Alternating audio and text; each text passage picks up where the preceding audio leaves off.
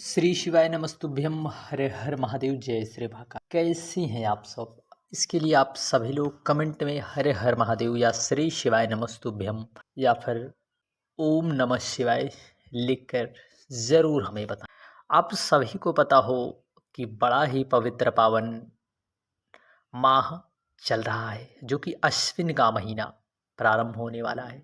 ऐसे में अश्विन का महीना प्रारंभ होने के साथ साथ एक ऐसा पक्ष प्रारंभ होता है इस साल भर में, जो कि हर एक माह और हर एक पक्ष, हर एक दिवस, हर एक तिथियां किसी ना किसी को समर्पित होती हैं, हमारे सनातन देवी देवताओं को। ऐसे में एक पक्ष आता है पितृ पक्ष, श्राद्ध पक्ष, 16 श्राद्ध। यह पितृ पक्ष का महीना जो है, पितृ पक्ष हमारे पितरों को समर्पित है, हमारे पूर्वजों को समर्पित है। देखिए, हमारे जो है पितरों के निमित्त यदि विशेष रूप से कुछ दिन भी हैं, जो कि हमें अपने पितरों की आराधना, सेवा, किसी न किसी स्वरूप में उनसे प्रार्थना करने, निवेदन करने, उनका आशीर्वाद प्राप्त करने के लिए हमें किस प्रकार से कौन से उपाय करना है और कौन से उपाय नहीं करना है।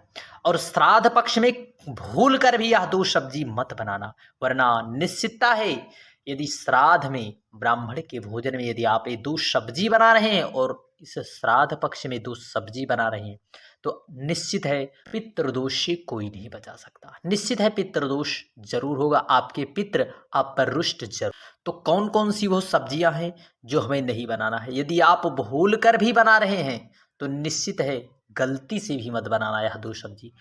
और हम यह जानेंगे, यदि आप इस श्राद्ध पक्ष में कोई सी उपाय कर पाओ या ना कर पाओ, या कुछ भी ना कर पाओ, अपने पितरों का तर्पण या फिर जल आदि, मान लीजिए विषम परिस्थिति है, आपके पास विषम परिस्थिति है, मान लीजिए आपके घर में कोई बीमार है, किसी आप विषम परिस्थिति में फंस चुके हैं, किसी बहुत ही बड़ी विषम परिस्थिति में, तो आप यदि अपने पितरों का श्राद्ध तर्पण ना कर पावे तो एक उपाय नहीं बल्कि 2-3 उपाय पूज्य गुरुदेव ने बताए हैं। पूज्य गुरुदेव पंडित प्रदीप मिश्रा जी की कथाओं में बताए गए उपाय को आप कर लेते हैं तो निश्चित है आपको उतना बड़ा पुण्य जो है मिलेगा, जितना आपको अपने पितरों को श्राद्ध तर्पण आदि करने से मिलता है। एक छोटे से उपाय आपको करना है, तो चलिए जानते हैं कौन से उपाय करना है, कौन सी सब्जी नहीं खाना है। देखिए, आपके घर में मान लीजिए कोई विषम परिस्थिति है और कोई व्यक्ति मान लीजिए आपके घर में बीमार हो गया है, कोई भी व्यक्ति आपके घर में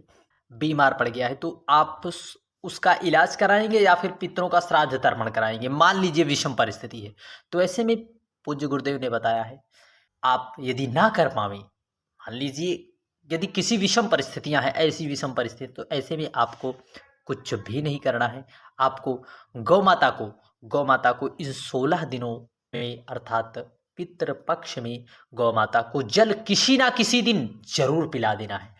क्योंकि यदि हम पितरों की प्रसन्नता के लिए गौ माता को जल देते हैं, किसी असहाय गरीब की यदि मदद करते हैं, उसको हम गौ माता को रोटी देते हैं या घास खिलाते हैं, हरा चारा देते हैं, जल देते हैं, तो इससे हमारे पितृ हम पर अति प्रसन्न होते हैं। यदि मान लीजिए विषम परिस्थिति है, आप कुछ नहीं कर पा रहे हैं, दूसरा विशेष उपाय आपको, यदि आप ना कर पाएं तो आपको, या आपका घर का मुख्य दरवाजा है, यहाँ पर आपको 1 चुटकी यहाँ पर, 1 चुटकी यहाँ पर आटा, अपने घर से शुद्ध आटा ले बिना नमक वाला, और 1-1 चुटकी आप घर से आप इधर बाहर निकलें, प्रार्थना करते हुए अपने पितरों के निमित्त 1 चुटकी आटा इस चौखट पर, कोनी पर डाल दें और 1 चुटकी यहाँ पर।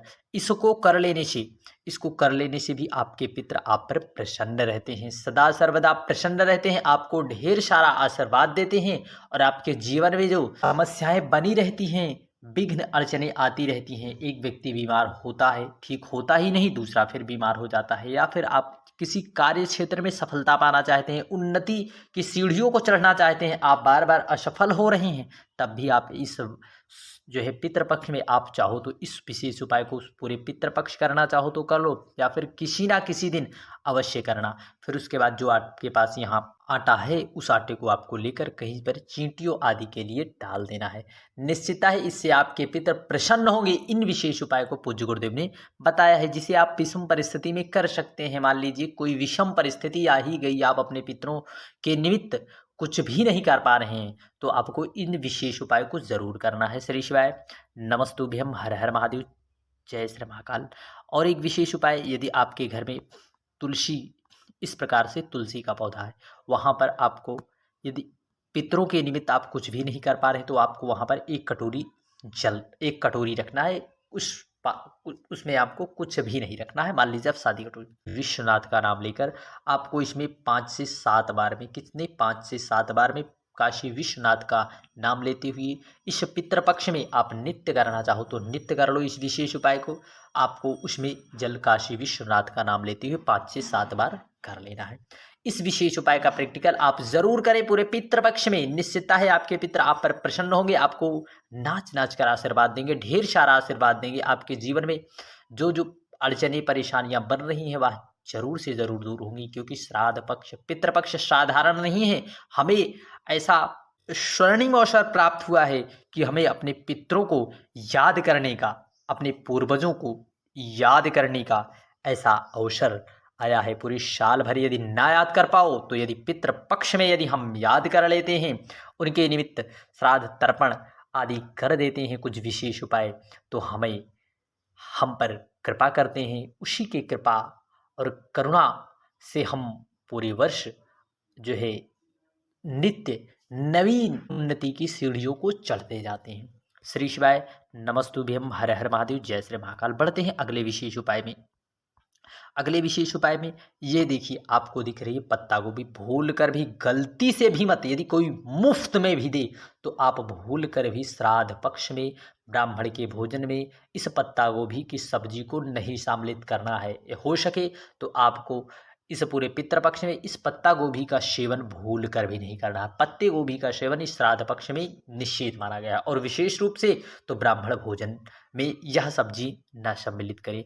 और दूसरी सब्जी, ये देखिए आपको पेठे वाला कुमड़ा दिखाई दे रहा है। इस कुमड़े को यदि आप पितरों के निमित्त यदि आप बना रहे हैं तो निश्चित है आपको पितृदोष अवश्य होगा। आप गलती कर रहे हो, इसलिए इन सब्जी का प्रयोग आपको इस श्राद्ध पक्ष में ना ही करें तो अति उत्तम है। यदि आप इनका सेवन यदि कर रहे हैं तो आज से ही आप इस सब्जी का प्रयोग करना बंद कर दें। कितने दिन? 16 श्राद्ध के इस पितृपक्ष में। श्री शिवाय नमस्तुभ्यम। बढ़ते हैं उन सब्जियों, इन 2 सब्जियों को भूल कर भी इस श्राद्ध पक्ष पितृपक्ष में ना बनाएं। सबसे जरूरी चीज होती है श्राद्ध पक्ष में ब्राह्मण भोजन में जो है खीर। आपको दूध की खीर अपनी यथाशक्ति अनुसार बनाना है और ब्राह्मणों को खिलाना है, क्योंकि खीर जो है बनाने से श्राद्ध पक्ष में हम पर प्रसन्न होते हैं। खीर आदि ऐसे भोजन को सम्मिलित करने से श्राद्ध पक्ष के भोजन में। दूसरा, इस प्रकार से आपकी जो सामर्थ्यता हो उसी अनुसार आपको बना लेना है। और तीसरा, आपको इस प्रकार से उड़द की दाल दिखाई दे रही, उड़द की दाल आप बना सकते हैं। इसकी इमरती भजिया, इमरती बना सकते हैं। कुछ भी आप जो है बनाकर जो है ब्राह्मणों को इसका भोजन अवश्य कराएं। इन सब चीज़ों को सम्मिलित करने से पितृ हमारे हम पर कृपा करते हैं, हमें आशीर्वाद देते हैं।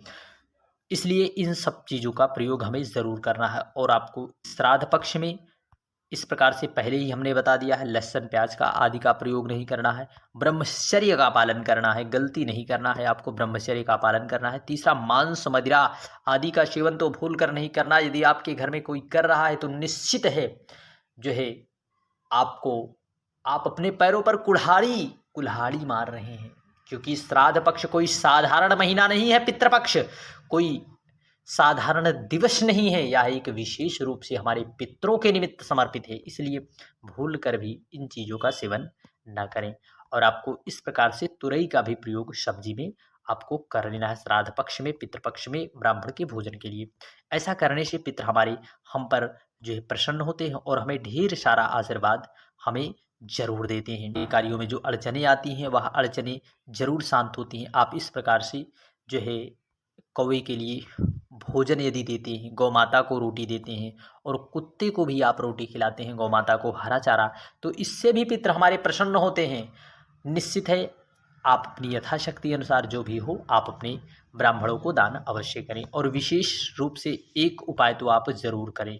इस पूरे पितृपक्ष में जिस दिन सर्वपितृ अमावस्या हो उस दिन एक दीपक अब किसी पवित्र नदी की तरफ दक्षिण दिशा में उस दीपक का मुख करके अपने पितरों के निमित्त एक दीपक अवश्य प्रज्वलित करें। श्री शिवाय नमस्तुभ्यम। हर हर महादेव। जय श्री